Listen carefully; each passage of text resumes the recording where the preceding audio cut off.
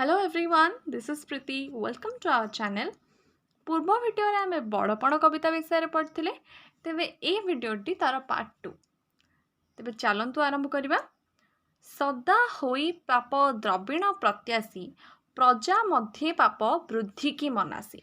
सदा सर्वदा पाप द्रव्य प्रति आशा रखी तार आशायी होई प्रजांकर केमती श्रमार्जित धन को शोषण करिबो तार मनोवृद्धि को मनासीबा जे प्रजांकर मध्य केमती पाप वृद्धि हम ताको मनासीबा एई सब काम राजा माने करि चलचंती बोली कवि एठारे कहिचंती। रही थाओ टाकी करी जारी माना धने पुराइबा लागी मालखाना। रही थाओ टाकी टाकी माने कौन अपेक्षा करिबा। सदा सर्वदा तुम अपेक्षा करिकी रही थाओ केमती भिन्न भिन्न प्रकार रे प्रजा मानको जरिमाना करी निजर जो मालखाना रही निजर जो गंताघर रही ताको केमती पुरेब धन रे केमती भर्ती करिबो सेई आशारे तमे माने रही थाओ बोली कवि कहिचंती। धनर लालसा जाग्रते स्वपने धन बिनु नाही आन चिंता मने। धनर जो लालसा अच्छी धनर जो लोभ अच्छी सेटा तुम जाग्रत समय अच्छी एवं सपन रे तमें ताहा ही देखुच कि धनर केमती वृद्धि करि परिबो। जाग्रत माने तुम चाहिथिबा अवस्था रे भी या भावुच कि धन को केमती बढ़ाइबो स्वप्न रे मध्य तुम ताहा देखुच कि धन को केमती बढ़ाइबो वा वृद्धि करिबो। धन बिनु नाही आन चिंता मने। धन बिना तुमर कुछ चिंता ही नहीं। तुमर मन रे धन छड़ा बा धन व्यतीत अन्य कोनोसी चिंता ही नहीं। धनर साफल्य सुबय केवल यक्ष प्राय ताकू जगी केउ फल। धनर साफल्य माने धनर सफलता केउ थरे अछि तार सुबयर केवल धनर सफलता अछि अन्य कोनोसी रे धनर सफलता नाही। ताको यक्ष भली जगी बसिले यक्ष होउचंती कुबेरंकर जे धन भंडार जगी थांती तांको यक्ष कुहा जाय। तांको भली धन को जगी बसिले गंताघर को जगी बसिले किछि फल नाही। धनर सफलता धनर सुबय रे ही अच्छी बोली कवि कहिचंती। सुबय माने सठिक खर्च रे ही धनर सफलता अच्छी ताको जगी किछि लाभ नाही। मंचे केते आसी केते गले भाई किए नहीं गले कि धन मुंडाई। मंचरे केते आसी ए जो पृथ्वी रूपक रंगमंच अच्छी सेठारे केते जन आसी केते जन चली गले किंतु किए किछि नहीं गले कि धन मुंडे की नहीं कि गला कि धन को साथरे नहीं गला कि एया कवि प्रश्न करजंती राजा मानकु। पड़ी तो रहिले पछे हाथी घोड़ा पड़ी तो रहिला सुना रूपा तोड़ा पड़ी तो रहिला रतने भास्वर कुबेर भंडार सम गंताघर। पछरे कौन पड़ी के रहिला रंगमंच रे जेते जण आसले सेते जण चली गले किंतु पछरे कौन छाड़ी गले हाथी घोड़ा सुना रूपा रत्न ए सब पछरे पड़ी गला ताको केही नै गलेनी। माने कुबेर भंडार भली जो मानकर समान गंताघर अच्छी समान धन अच्छी कुबेरंक भली से माने मध्य ताको पछरे छाड़ी गले। एया एटी कवि राजा मानकु बुझाइबाकु चेष्टा करचंती कि धनर साफल्य केवल एइथरे जे ताको सुबय करा जिवो ताको सजाड़ी रखिले तार कोनोसी साफल्य नाही बोली कवि एठारे कहिचंती।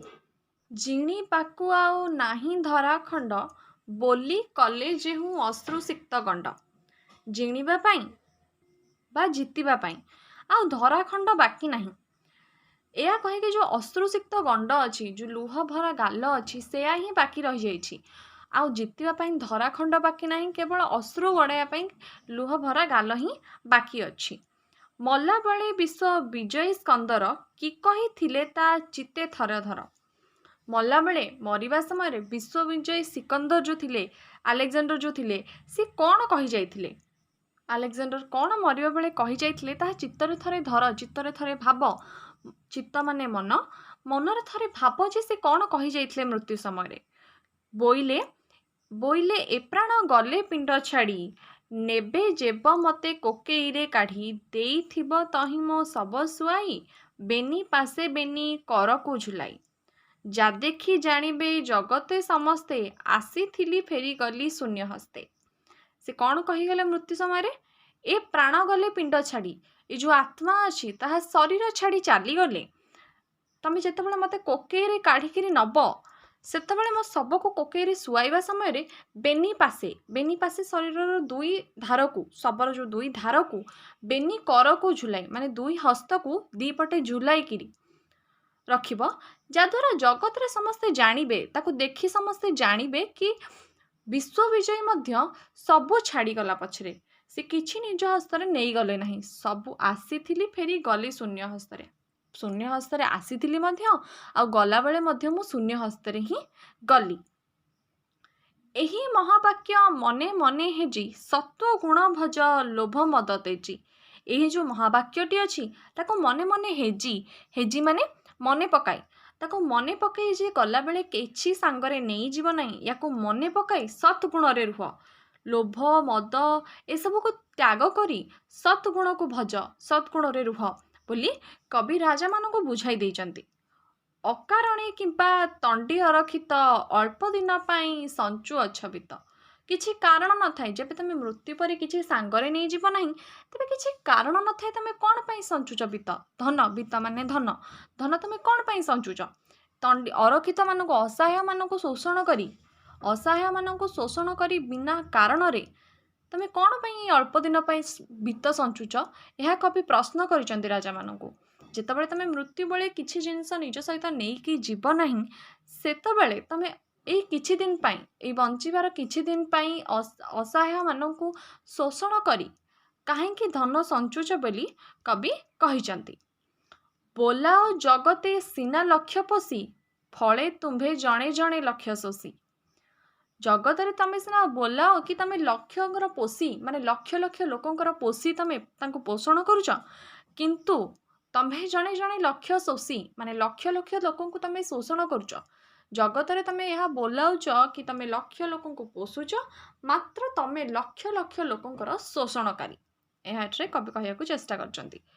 ଗଣିକା ଓକିଲ ଛାମୁଆ ପୋଷଣ, ଲାଗି କର କିମ୍ବା ପ୍ରଜାଙ୍କୁ ଶୋଷଣ। ଗଣିକା ମାନେ କ'ଣ? ବେଶ୍ୟା ବା ରୂପଜୀବୀ। ଓକିଲ, ଛାମୁଆ ମାନେ ଯିଏ ରାଜାଙ୍କର ଖୋସାମତିଆ, ସେମାନଙ୍କର ପୋଷଣ ପାଇଁ ତମେ ପ୍ରଜାମାନଙ୍କୁ କାହିଁ ଶୋଷଣ କରୁଛ? ଏଇମାନଙ୍କର ପୋଷଣ ପାଇଁ ତମେ କିମ୍ବା ପ୍ରଜାଙ୍କୁ ଶୋଷଣ କର, କାହିଁକି ତାଙ୍କୁ ଶୋଷଣ କରୁଛ? ପ୍ରଜା ରକ୍ତ ସ୍ୱେଦ ଲୋତକେ ଅର୍ଜିତ, ଅଭିଶପ୍ତ ରାଶି ରାଶି ପାପବିତ। ପ୍ରଜାଙ୍କର ରକ୍ତ, ପ୍ରଜା ଯେଉଁ ଅର୍ଜନ କରୁଛନ୍ତି, ନିଜର ରକ୍ତ ଝାଳ ଲୁହକୁ ଗଡ଼ାଇ ସେମାନେ ଅର୍ଜନ କରୁଛନ୍ତି, ତମେ ତାଙ୍କର ସେଇ ରାଶିକୁ, ସେଇ ଅର୍ଜିତ ରାଶିକୁ ତାଙ୍କଠାରୁ ଛଡ଼ାଇ ଆଣୁଛ। ତେବେ ଆମେ ଯେତେବେଳେ କାହାର ଶ୍ରମାର୍ଜିତ ଧନକୁ ଛଡ଼ାଇ ଆଣିବା, ତାହେଲେ ସେ ନିଶ୍ଚୟ ଅଭିଶାପ ଦେବ। ତ ଏଇଠି ସେଇ କଥା କୁହାଯାଇଛି, ସେ ଯେଉଁ ଧନ ଉପରେ ଅଭିଶାପ ପଡ଼ୁଛି, ସେଇ ଅଭିଶପ୍ତ ରାଶିକୁ ତମେ ତାଙ୍କଠୁ ଯେଉଁ ଛଡ଼ାଇ ଆଣୁଛ, ତାକୁ ନେଇ ତମେ ନିଜର ପାପ ବିତ୍ତ ବଢ଼ଉଛ, ମାନେ ପାପ ଧନକୁ ତମେ ତାକୁ ନେଇ ସେ ଅଭିଶପ୍ତ ରାଶିକୁ ନେଇ ବଢ଼ାଉଛ। ପ୍ରାୟଶ୍ଚିତ୍ତେ ବ୍ୟୟ ନକରି ଯତନେ, ପାପ ଅର୍ଜୁଅଛ ପାପାର୍ଜିତ ଧନେ। ପ୍ରାୟଶ୍ଚିତରେ ସେଇ ପାପାର୍ଜିତ ଧନକୁ ବ୍ୟୟ ନ କରି, ମାନେ ପ୍ରାୟଶ୍ଚିତରେ ସେ ଧନକୁ ତମେ ଖର୍ଚ୍ଚ କରୁନାହ, କିନ୍ତୁ ସେଇ ପାପାର୍ଜିତ ଧନକୁ ନେଇ ଆହୁରି ପାପ ଅର୍ଜନ କରୁଛ, ତାକୁ ରଖିକିରି ଆହୁରି ପାପ ଅର୍ଜନ କରୁଛ ବୋଲି କବି କହିଛନ୍ତି। ଅର୍ଜୁଅଛ ସିନା କେବଳ ଦୁଷ୍କୃତ, ଘୃଷ୍ଟି ମୁଖେ ଢାଳି ଯଜ୍ଞ କୁଣ୍ଡ ଘୃତ। କେବଳ ଦୁଷ୍କର୍ମ ତମେ ଅର୍ଜନ କରୁଛ ତାକୁ କରି।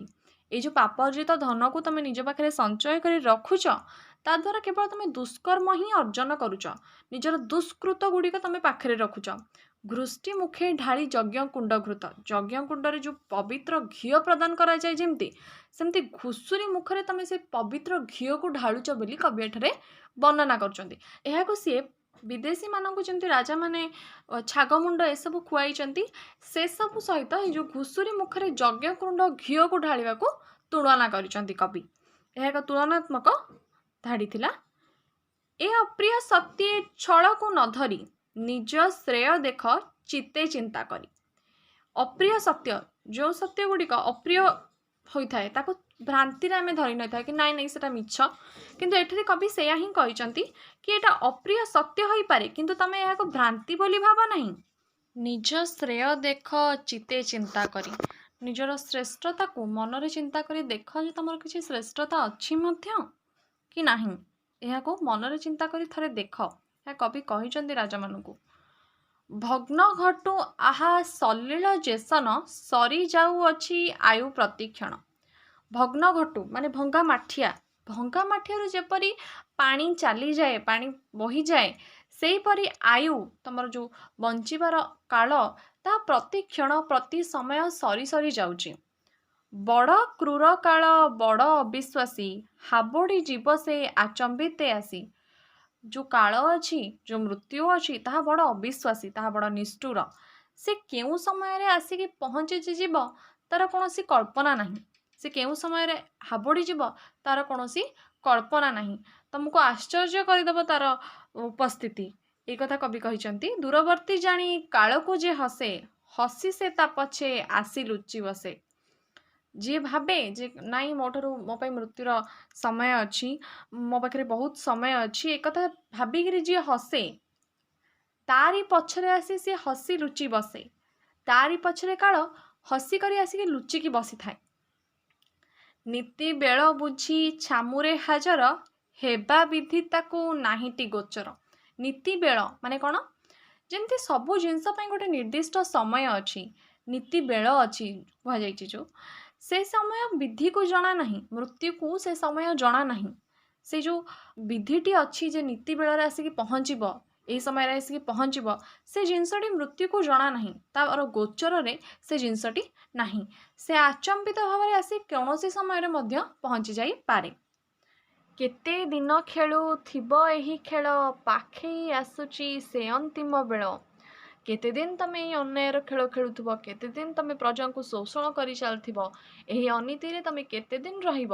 ପାଖେଇ ଆସୁଛି ସେ ଅନ୍ତିମ ବେଳ। ଅନ୍ତିମ ବେଳ ବା ମୃତ୍ୟୁର ସମୟ ପାଖେଇ ଆସୁଛି, ତମର ନିକଟତର ହେଉଛି।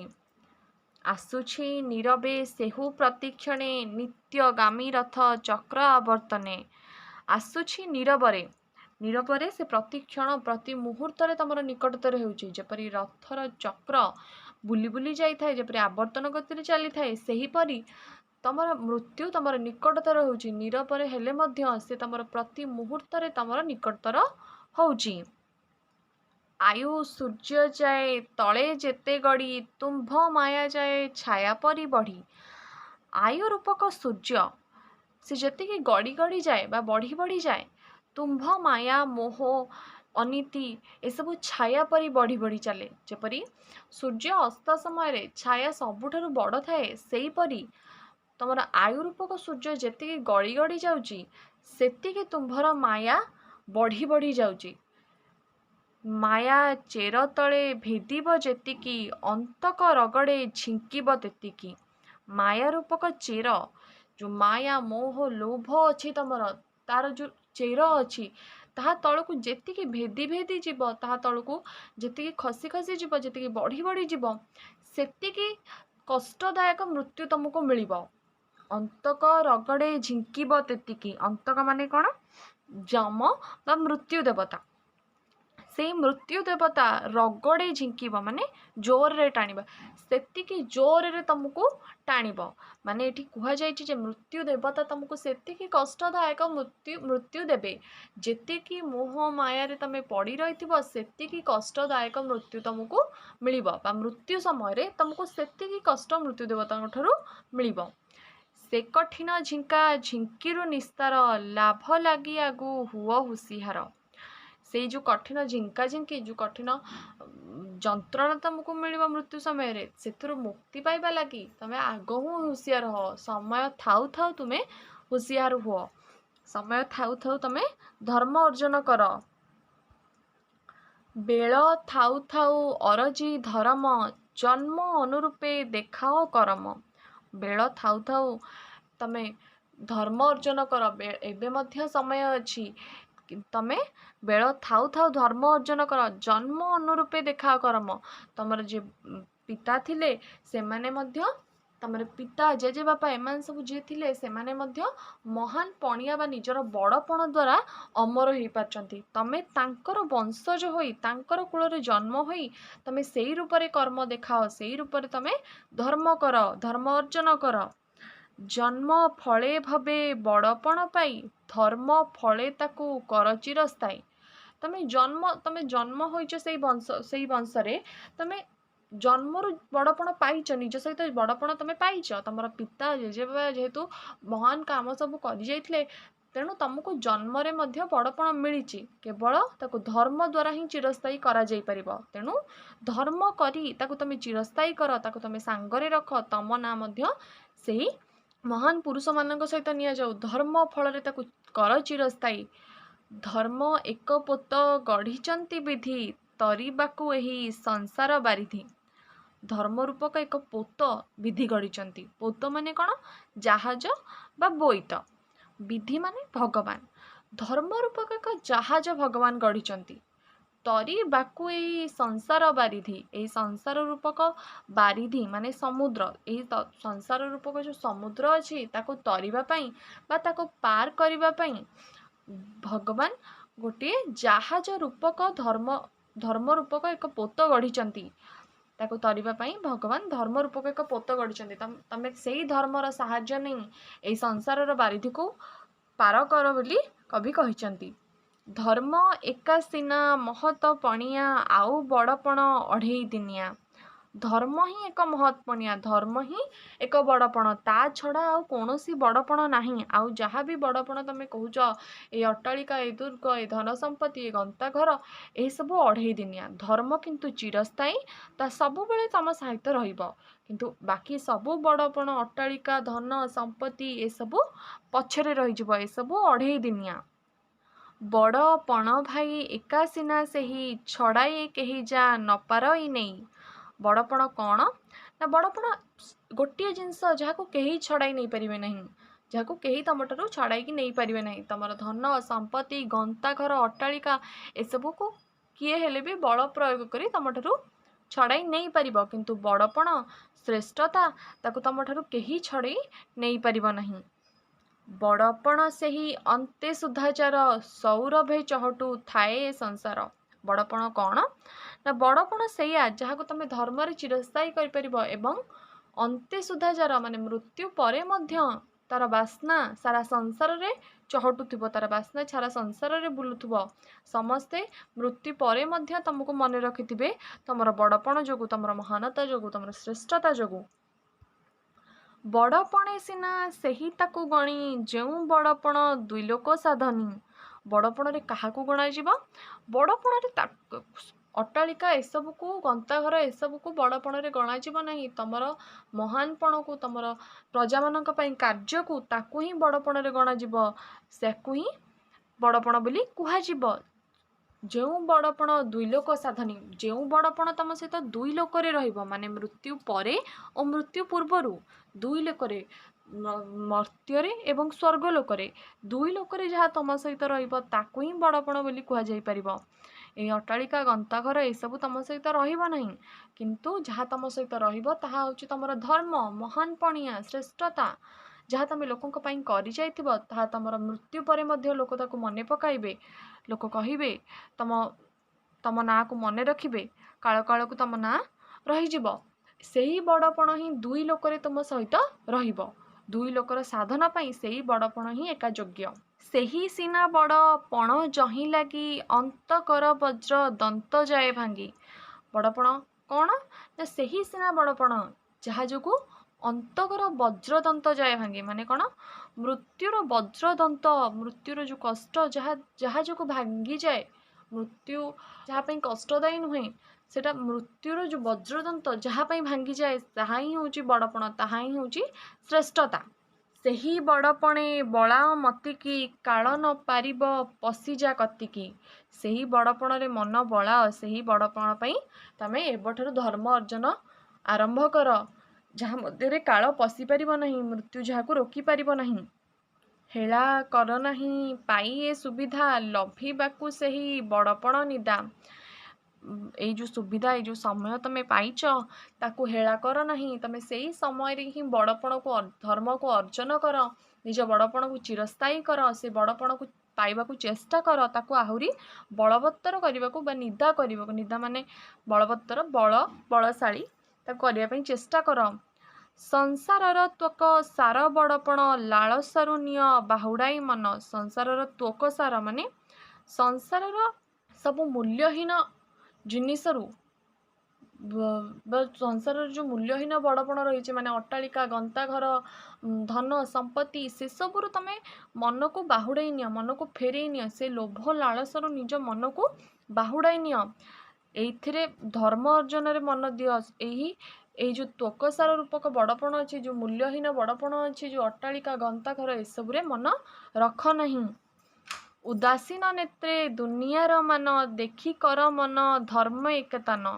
ଉଦାସୀନ ନେତ୍ରରେ ଦୁନିଆର ମାନକୁ ଦେଖ, ଏ ଦୁନିଆର ମୋହ ମାୟାରୁ ଉଦାସୀନ ହୋଇଯାଅ। ସେଇ ଉଦାସୀନ ନେତ୍ରରେ ଦୁନିଆର ମାନକୁ ଦେଖି ତମେ ଧର୍ମରେ ହିଁ ମନ ରଖ, ଧର୍ମକୁ ହିଁ ନିଜ ମନରେ ସ୍ଥାନ ଦିଅ।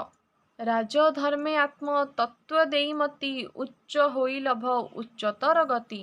ରାଜଧର୍ମରେ ଆତ୍ମତତ୍ତ୍ୱ ଦେଇ, ରାଜଧର୍ମରେ ନିଜକୁ ତମେ ସମର୍ପଣ କର। ରାଜଧର୍ମ ହେଉଛି ପ୍ରଜାଙ୍କର ସେବା କରିବା, ପ୍ରଜାନୁରଞ୍ଜନ ହେବା। ତମେ ସେଇଥିରେ ନିଜର ମନ ଦିଅ, ସେଥିରେ ନିଜର ବୁଦ୍ଧି ଦିଅ ଏବଂ ଉଚ୍ଚ ହୋଇ, ତମେ ଉଚ୍ଚ କୂଳରେ ତ ଜନ୍ମ ଗ୍ରହଣ କରିଛ, ସେଇ ଉଚ୍ଚ କୂଳରେ ତମେ ଜନ୍ମ ହୋଇ ଆହୁରି ଉଚ୍ଚକୁ ଯାଅ, ଆହୁରି ଉଚ୍ଚତର ଗତି ଲାଭ କର।